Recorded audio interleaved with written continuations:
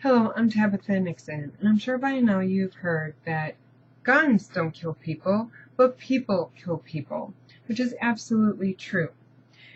There are important reasons to consider when it comes to the Second Amendment. It is important to know the positives for keeping the right to bear arms. Today we'll learn about self-protection, the benefits of hunters, and restrictions. People should be able to protect themselves.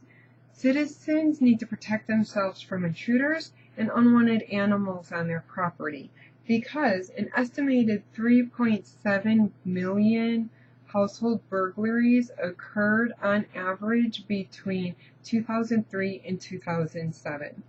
And about 28% of these, which is roughly 1 million burglaries, a household member was present during the burglary, writes Shannon Catalano with the Bureau of Justice Statistics.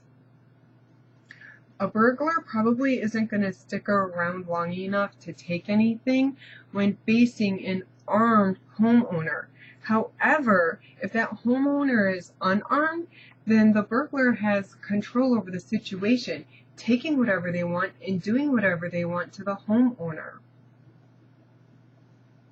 Now that you are aware of some of the statistics as to why self-protection is important, let's look at hunters. Hunting is beneficial. Hunters should be able to bear arms because hunting serves to control game populations within property owner and homeowner tolerance levels. Animals can become habituated to humans, resulting in an increase of property damage and sometimes harmful encounters, writes Greg Wagner in 2017, which piggybacks off my first point of self-protection.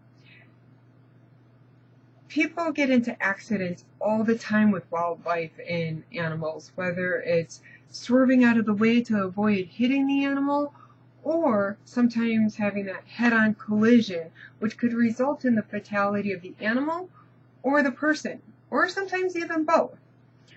Hunting not only helps prevent these problems, but it can also help feed the hungry.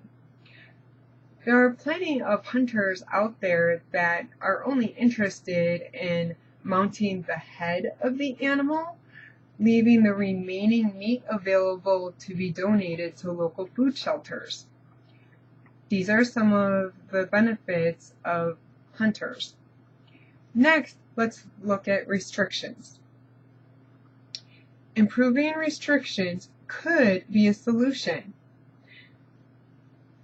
The most common opposing argument is this concept that by banning guns, there would be less gunmen and victims.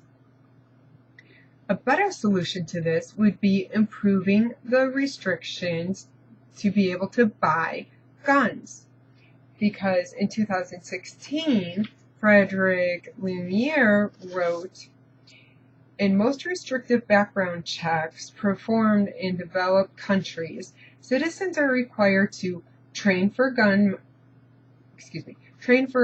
handling, obtain a license for hunting, or provide a membership to a shooting range. Individuals must prove that they do not belong to any prohibited groups, such as the mentally ill, criminals, children, or those at high risk for committing violent crimes, such as people with police records for threatening another's life." So whether people are for or against the Second Amendment, nobody in either group really wants to see any more victims from gunmen. So in closing, these are important reasons to consider when it comes to the Second Amendment. Today you've learned about self-control, the benefits of hunters, and restrictions.